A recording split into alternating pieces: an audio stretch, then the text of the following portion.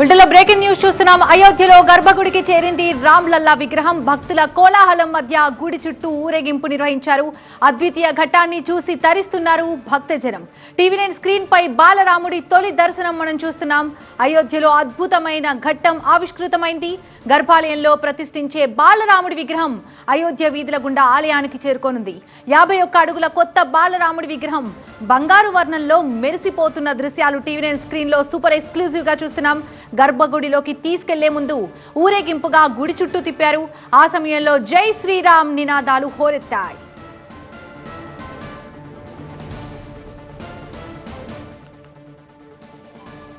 అయోధ్యలో గర్భగుడికి చేరింది రామ్లల్లా విగ్రహం. భక్తుల కోలాహలం మధ్య గుడి చుట్టూ ఊరేగింపు నిర్వహించారు. అద్వితీయ ఘట్టాన్ని చూసి భక్తజనం తరించిపోతున్నారు.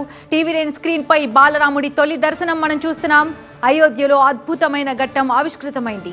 గర్భాలయంలో ప్రతిష్ఠించే బాలరాముడి విగ్రహం అయోధ్య వీధుల గుండా ఆలయానికి చేరుకోనుంది. 51 అడుగుల కొత్త బాలరాముడి విగ్రహం బంగారు వర్ణంలో మెరిసిపోతుంది. గర్భగుడిలోకి తీసుకెళ్లే ముందు ఊరేగింపుగా గుడి చుట్టూ తిప్పారు. ఆ సమయంలో జై శ్రీరామ్ నినాదాలు హోరెత్తాయి. అయోధ్యలో గర్భగుడికి చేరింది రామ్లల్లా విగ్రహం.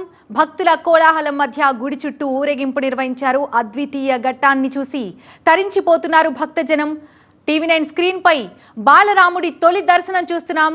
ఏ విధంగా ఉంటుందా అని చాలా మంది ఉత్కంఠగా ఎదురు చూశారు. ఆ క్షణం రానే వచ్చింది. అయోధ్యలో అద్భుతమైన ఘట్టం ఆవిష్కృతమైంది.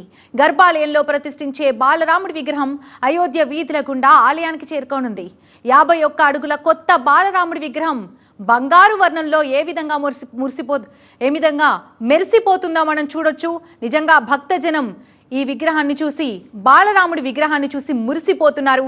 బంగారు వర్ణంలో మెరిసిపోతున్న ఈ విగ్రహాన్ని చూసి భక్తజనం తరించిపోతున్నారు. గర్భగుడిలోకి తీసుకెళ్లే ముందు ఊరేగింపుగా గుడి చుట్టూ తిప్పారు. ఇక ఆ సమయంలో జై శ్రీరామ్ జై శ్రీరామ్ అనే నినాదాలు హోరెత్తుతున్నాయి.